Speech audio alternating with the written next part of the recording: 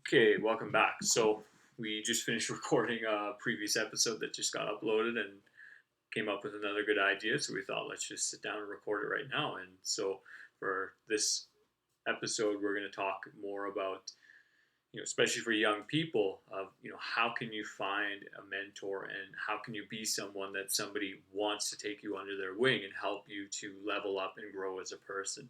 Especially for any of my students watching who are anywhere from like 13 to 18 years old. It's a very I can't think of a good word for it, but it's a time for a lot of potential to take place, especially when you graduate high school. Like those 5 years after high school can really make or break you.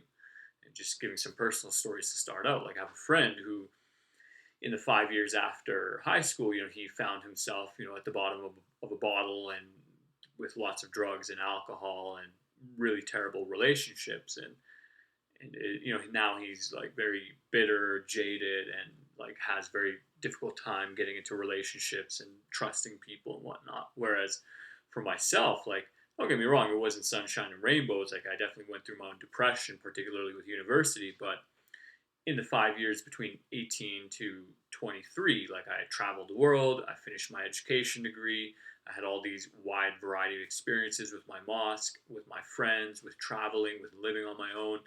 And so today we're going to talk a little bit about how you can find someone who's willing to mentor you. So, Mhm.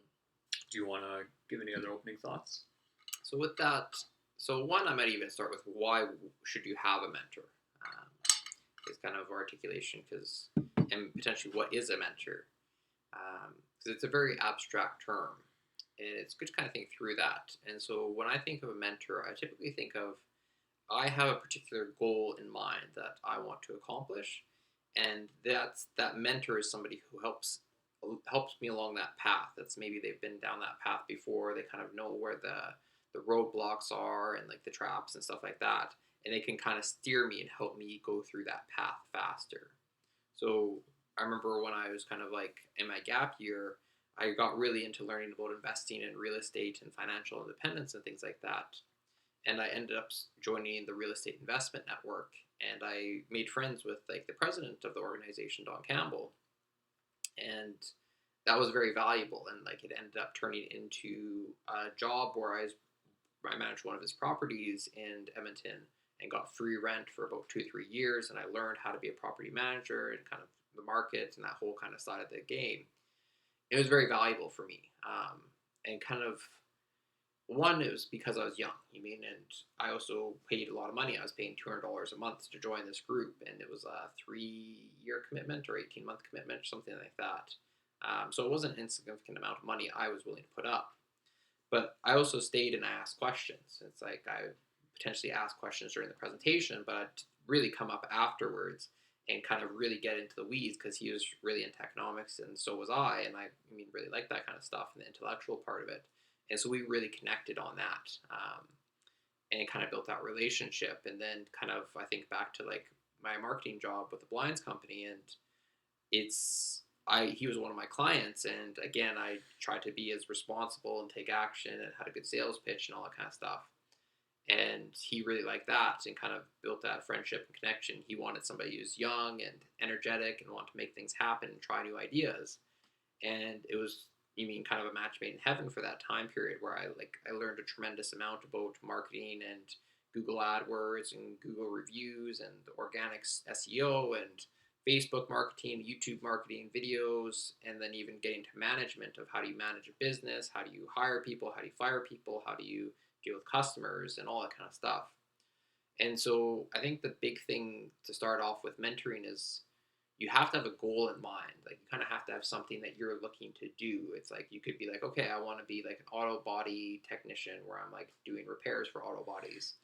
And then it's like, okay, so that's kind of my goal. And then you could kind of have different angles. So maybe I apply to Nate or Sate to kind of start their program, or maybe I apply to some auto body shops, or maybe I do like a wrap program with one of them. And you just kind of start getting there. But then you have to have some value to add to them as well. It's like, are you energetic? Are you enthusiastic? Are you asking questions? And or kind of like on the other hand, are you negative, apathetic? Are you like complaining about everything? You mean? Right. So, like an example that just came to mind there. So, my cousin Waleed has his auto body shop, and one of my other cousins likes to hang around there. And not quite for learning how to be an auto body technician for other reasons, but he also has that in the background that he wants to be a mechanic. And it's just sad to see because my younger cousin will go to Waleed's shop and he'll just cause problems. Like there was 3 weekends in a row where Waleed didn't get to have a weekend off because our younger cousin had done something stupid on the Friday. And it's like, okay, great, now I have to stay Saturday, Sunday, solve this problem, and then Monday I'm back to work, which just adds so much misery. So like it's really important that when someone takes you under their wing and is trying to provide you advice that they have spent maybe 5 to 50 years collecting and give you that mentorship, that you really hold on to that with some sincerity and with care, right? That, hey, this person is taking a liability by bringing you on. And sure, it's great that you're young, you have enthusiasm and energy, but you also got to be competent, right? Because if you're causing these people problems, especially the ones who are further along in the game, they'll just drop you because they don't need that extra nonsense in their life. And now that doesn't mean that you sneeze wrong and you get fired and let go, but try to avoid some of those bigger mistakes of like, hey, if this person has to take 2 to 3 days of their own time to solve a problem that I created, recognizing that might be enough for that person to just cut you off and say, hey, listen, like my life is just too full and busy and you caused me a big problem, and maybe we need a little break. Okay, take a week off. When I've sorted this out, you can come back when I've cooled down myself. So even having that mental maturity and recognizing that if you are going to be mentored by someone, that you might make a mistake and they might react in a way that will cause you pain, especially for kids who are just coming out of high school. Like there's no real consequences in high school, and so when you get into the real world and you rub somebody the wrong way and you cause them a problem, like there's no, oh well, he's under 18 and he needs to be in this building. There's a right to being in the building of a school building I'm referring to. They will simply say, leave my business, leave my presence, and you will also have to learn how to deal with that, as well as learning how to manage being someone worthy of being mentored as well. And then I think it's also good to remember, it's like the in-person mentorship tends to come after you've done some work yourself. Like one of the big reasons I got my job as the marketing manager for that company is that I had spent about 2 or 3 years like buying programs on marketing, listening to programs, listening to podcasts, doing all these kind of things, and even kind of started my own marketing business. And I had other coaching involved with that too. It's like you have to be willing to put some of your own time and energy in to kind of make it more attractive or more appealing, because a lot of successful people just have so much going on already that for them to give out extra time, extra energy, extra expense, all these kind of things, it's like they really want to kind of see somebody with that potential that has that energy. But it's also, on the flip side, it's one of the most intrinsically valuable things that they do, because it can get very easy when you're in a business or you're in a job to kind of get bogged down with the minutia of it, that you're just kind of doing the same thing every day. And it's almost like having a child, that children are excited by the smallest things, and just a ball can bring them endless joy for hours at a time. Whereas we kind of lose that as we get older. And so what a mentee can bring to a mentor is that enthusiasm and that excitement for life, and kind of re-energize them and bring life back to it. But it's like you really want to be somebody who's adding value, adding life force, adding energy. Is somebody like after they've been around you, it's like, hey, I feel better, I feel more alive, I feel more energetic. Versus like, oh God, thank God they're gone. It's like I need to go take a nap because like that just sucks so much life and energy out of me. Yeah, I would really emphasize and just send home the message of walking the talk, right? Like, especially in the school system and in my classroom, I have heard plenty of students talk plenty about how they'll change, how they'll grow, how they'll improve, and they're just whining and begging to get back into the classroom and to not be under the thumb of some sort of consequence. But again, in the real world, if you're not walking the talk that you say you are, people will leave you behind. They don't need to spend their time on you, right? So just before we started recording, I was telling you about in my own life, like a skill that I'm finding tremendously beneficial for my teaching, skill of listening. I had three older men in my life. One was a family member, two were just complete strangers who I got to know, who sat me down and essentially just told me, "Hey, you need to shut up and listen." Like, and we really mean shut up and listen, right? Like, you have to listen to what people are saying before you speak. Mm-hmm. But I saw that relationship really blossom when they observed in me in the next few days, the weeks after where we were together, that hey, this young guy that I gave this advice to, Mm-hmm. wow, he actually listened. Like, he's actually learned to shut up and listen, and he's Mm-hmm. listening to the problems or the stories that other people are telling before he speaks. And like, it was interesting with this one gentleman. His name was Fotis, and this was in Greece. There was a girl there, and she had a very hard time expressing herself, and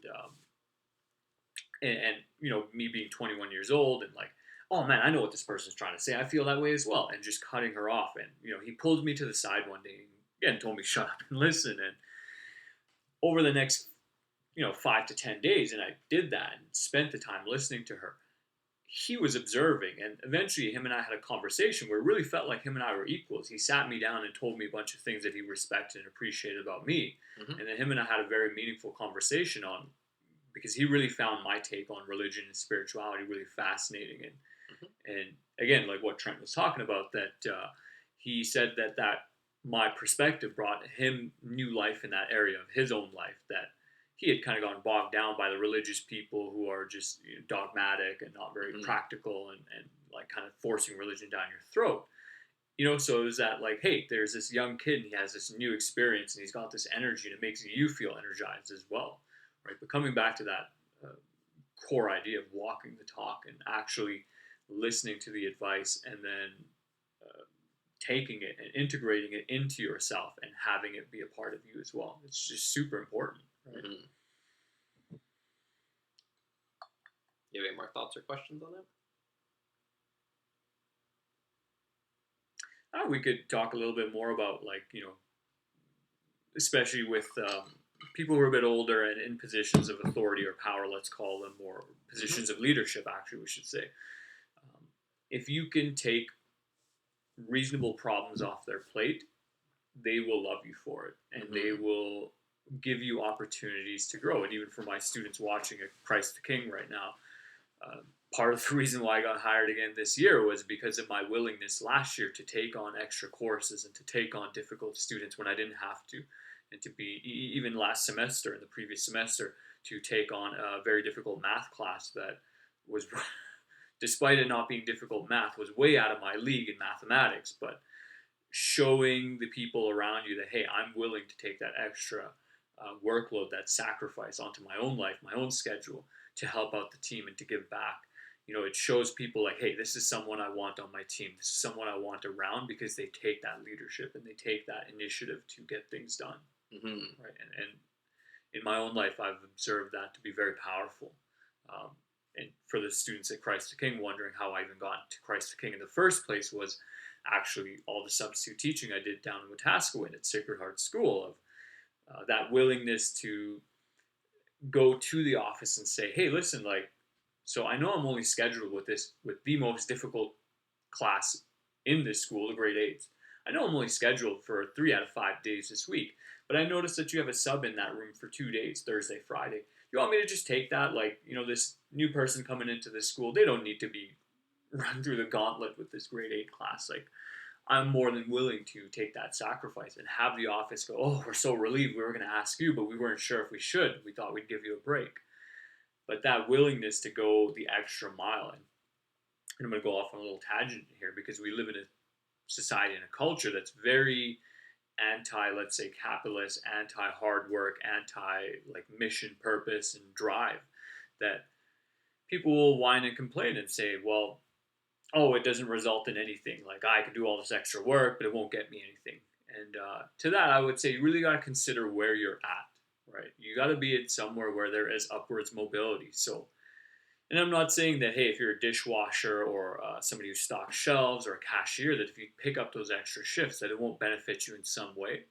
It doesn't necessarily have to benefit you at that workplace. It can just benefit who you are as a person, which, Trent and I talk about often, is it's more important of who you become rather than what you are really, right? Hmm. Who you're becoming in the next 10, 15 years is going to be way more relevant than whether or not you got promoted from cashier to, I don't know, floor manager, right? But Yeah. being in a place where there is upwards mobility and taking that time, make that extra sacrifice, really shows a lot to people in positions of leadership. Hmm.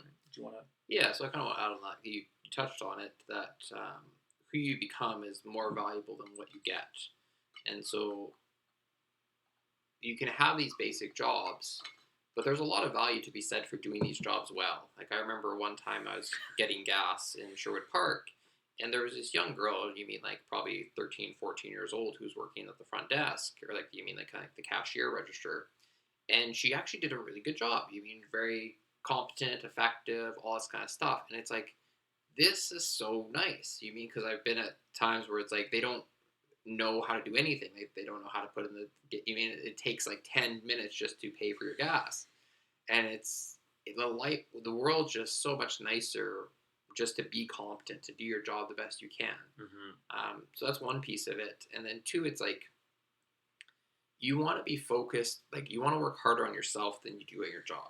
And that's not necessarily that you want to work not hard on your job, but it's like you want to be focusing on developing skills and becoming the best version of yourself. Because, like, let's say you're that cashier and you're working hard at it and you're doing a good job with that, and there's nothing wrong with that. But I wouldn't necessarily believe that that's going to change your life for the better. You mean it's like obviously it's not going to make it worse, but it's like going up to the manager level. There's going to be a whole new set of skills that you need to learn, and you're going to have to learn how to hire people and how to fire people and how to build relationships and connections and how to you mean properly merchandise the products and how to you mean take care of like the cleaning of the whole property and the maintenance and like there's a number of different skills to learn there. And so to me it's like you really want to get on some kind of personal development journey where it's like you're reading books and you're listening to courses, so you want to be learning, okay, how could I be a better manager? Or how could I be a better business owner? How could I be a better leader? How could I get better at hiring? There's an infinite amount of skills to learn. And you also kind of want to find what is your unique niche in the world. Like, I'm a very intellectual kind of person. And so a lot of these physical type jobs, like I walk by construction sites and I'm just like, thank God, like, that's not me doing any of those jobs because it's Mm-hmm. just, it's not well suited for me. It's like I'm so much more better with talking about ideas and coaching and teaching and all that kind of stuff and kind of creating marketing ideas and stuff like that. So you also want to be thinking through who am I? Where do I belong in this world? What is my unique ability? And kind of continually finding it based on that. Because you might be in a job that you hate, and that's because it's a very physical, minutia kind of oriented job, and you trying to work to get better at that job might not be very valuable, but like applying for 10 or 50 other jobs and different types of jobs too can be a lot more valuable. So I was going to say, like, just bringing it back full circle to an idea we talked about in the previous video of leveling up your own leadership, like the law of the lid. Like, you have your own lid as a person, as a human being, but recognizing, especially if you're 14 to 18 working a minimum wage job, that all of these jobs have their own lid as well, right? So for myself, like I worked in parks and roads for City of Edmonton. Many of my students know this. I reference this a lot, but and again, someone who likes learning things, it was very cool for me to see the behind the scenes of how do our roads get fixed and made. But recognizing that that job has a lid, and not to say that I reached it because I didn't, right? I didn't have my like class 3 license, whatever it was. I wasn't driving the trucks. I wasn't the head of a crew, but recognizing that that wasn't the environment for me. That was my first job out of university. But that job has a lid, particularly if you're just a laborer, where you could maybe be operating a crew, and it's not obvious to me how much more money you would get than just being a guy who pushes a rake and pushes asphalt. But if you're watching this video and you're young and you're wondering like, hey, like I'm working at my McDonald's and I'm just a cashier, like how do I get into the highest position here? Just recognize that it might be very difficult. That job might have a lower lid. It might be hard for you to get into management. Not impossible, but as Trent was saying, consider applying to those different jobs and looking at, okay, so I've worked as a cashier and I understand how to do that. Let me work in a department store. Like, let me work in a clothing store. Like, how does that work? Let me try to work an office job if you can. Let me try to get a City of Edmonton, City of Leduc job, or whatever city you're in. But looking into these different places, it just raises your capacity as a person. So what I found in my life is putting myself in new situations allows me to raise my lid ever so much. And maybe another concept for a video later on, but asking good questions. So I don't think I'll ever be a police officer in my life, but I knew some police officers and I developed that relationship with them. Again, referencing that previous video. And I applied production for my own self. So I'd ask these guys stories about their job, about the things they do.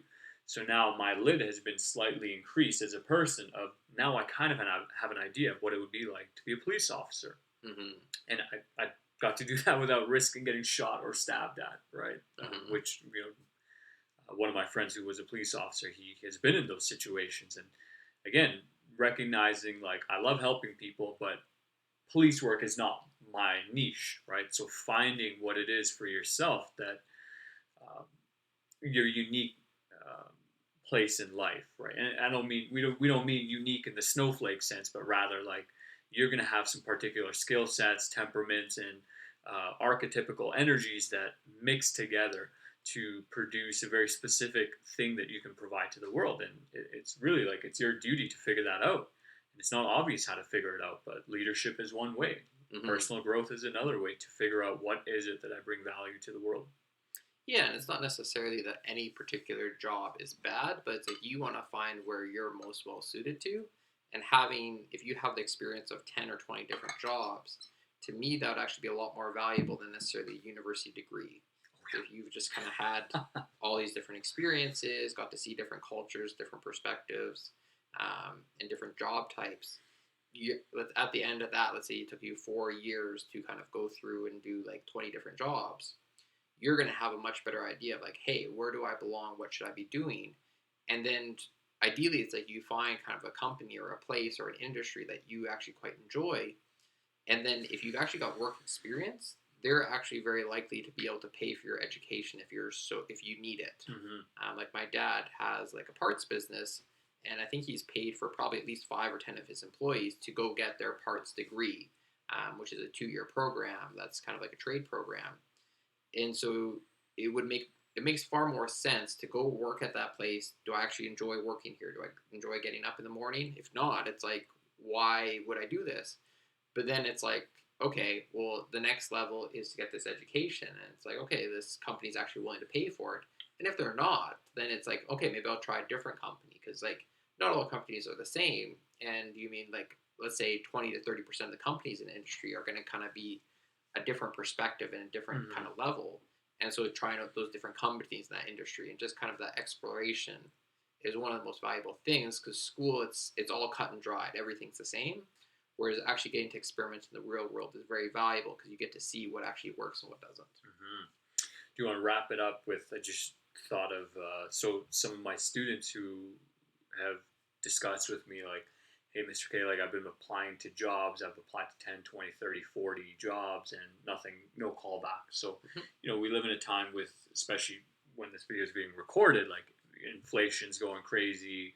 There's all these supply chain issues and minimum wage is very high and which can make it challenging for an employer to hire someone who's under the age of 18 without experience. Let's have a discussion. Like, what would you say to these kids in terms of not losing hope or not falling into despair of like, oh man, it's not working out. Mm-hmm. And even the next level of not just a job, but like, even for both of us, we've talked plenty of how difficult it was to find mentors and how we really had to resort to YouTube and online mentors. But let's have that discussion. Okay, so with applying for the jobs, I haven't been on the other side of the job applications and getting job applications. It's awful experience for the employer too, because let's say you put out a job and you get 50 resumes in your inbox or delivered in person or whatever it is. They don't really tell you anything. Like, they're all kind of same, especially for high school students. You don't have anything to say on there. So there's nothing that you can kind of articulate. Like, you can't get any information, and it's a very risky position to hire people. It's like they could come in, they could burn down the building, they could steal stuff. it's a very risk adverse position. And so one of the things that I've watched a lot of is the free lawn care videos where people come and offer to do like the lawn transformation for free and stuff like that. And it's a very good offer. And so figuring out how to kind of create that your own kind of free offer would be very valuable. Of like, hey, let me come and I see that your guys' parking lot's a mess. Let me pick up all the trash here or something like that. Like that's kind of like a very low risk opportunity. And if you just start doing that, it's like, hey, like I'm applying for a job. I see your parking lot's kind of a messy. Here's my resume, but I'm also gonna go pick up all the trash. Mm-hmm. It's like if you actually get a chance to talk to the manager about that too, it's like okay, I'm much more interested. I'm much more inclined of like I want somebody who's willing to give more than they're taking. Because most people, when they're applying for jobs, it's like, okay, what are the hours going to be? What am I getting paid? All this kind of stuff. And it's like, as an employer, what you really want to see is somebody who's willing to give that extra mile and like, stay an extra 10 minutes, even an hour, or whatever it is, without that be like, okay, I need to get mine now. It's kind of like that willingness to give and get and have that appreciation. Mm-hmm. And so it's like, and then also applying for jobs through resumes to me is a very unlikely way to go about it. It'd be better to go to friends and family and kind of try and reach out and be like, hey, I'm looking for a part-time job. Do you know of anything? And because most people, how they get hired is by referral.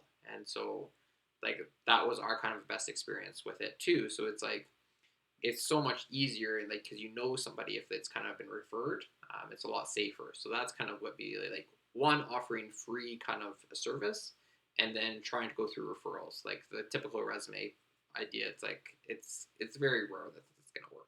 Mm-hmm. That was good. Yeah, I would add especially like if you're about to finish high school and considering trades, like I think it's much easier, particularly in the trades, to be able to go somewhere and offer like, hey, like I'll be at the shop, I'll be at the workplace. My personal belief is, offer a maximum of 3 days of free work of like, hey, I'll come here. What time do you want me here? What time do I leave? I'll come here and I'll just clean up the shop or I'll help out small stuff. I'll tidy some things up and you can see my work ethic and hire me on that rather than, especially if you're 17, 18, rather than my blank resume or my abysmal cover letter. Mm-hmm. And I guess to get my own thoughts on my own question, but I would say, think of it as your own hero journey and an adventure that you're going on. That it might suck, and definitely before you're 25, 30 years old, there's going to be a whole lot of, eating crap, to using a technical term there. Um, but at the end of the day, it's like, what else are you going to do? Mm-hmm. Are you gonna sit at home, eat Cheetos, play video games, and not become the best version of yourself, or would you rather go on that adventure and become that best version of yourself and seek out that job that can level you up, and then seek out that mentor who can level you up, and if you have to go to YouTube to find a mentor and someone who can be a strong figure in your life, there's no real shame or there's nothing really wrong with that. I mean, I have plenty of YouTube mentors that I go and learn from, and I know Trent does as well. And if you're willing to look, they are out there. And it's also like you can kind of create your own as well. Like so, there's a Korean food vlogger, I can't Doobie Doobop or something like that's her name, and she basically like went to Stanford. I think got some kind of food science degree and wanted to work as like kind of like a cookbook recipe kind of maker thing. And she applied everywhere, and everybody's like, nah, like didn't get any kind of callbacks or whatever. And so she's like, well, I think I'm pretty good. So she's just created her own YouTube channel of like, here's me cooking, here's my recipes. And within a year, she's blown up to like 1 million subscribers and stuff like that. And she's very good at what she does. Kind of adds a good flair to it and good storytelling. But it's like, there's even simple things like one of the ideas I had, it's like for a lot of businesses, they tend to have tall grass around, like a lot of commercial properties, they kind of have weeds and grass and stuff like that. And it's kind of a pain because it's not enough grass that it's something I have to do all the time, but it's just like, hey, there's kind of weeds and whatever that needs to be taken care of. And one good option could be it's like taking a weed whacker around and going on a Saturday and just being like, hey, like I'm offering weed whacking And you could even record it and like create your own YouTube channel or something like that. And you have to figure out what's going to necessarily work for you. But it's, again, if you give value, it's going to make it a lot easier to be like, hey, who is this kid? Like, what's their story? Are they looking for work and stuff like that? Like, if you do that for 50 businesses on a Saturday, to me, it's very likely that one of them's down to hire you. I mean, it's like, I think it's very likely that more than one's down to hire yeah. you. And so it's like, yeah, just giving that value and kind of, instead of just trying to look for what you're getting, what can you give first? Let's end it at that. Cool. All right, thank you.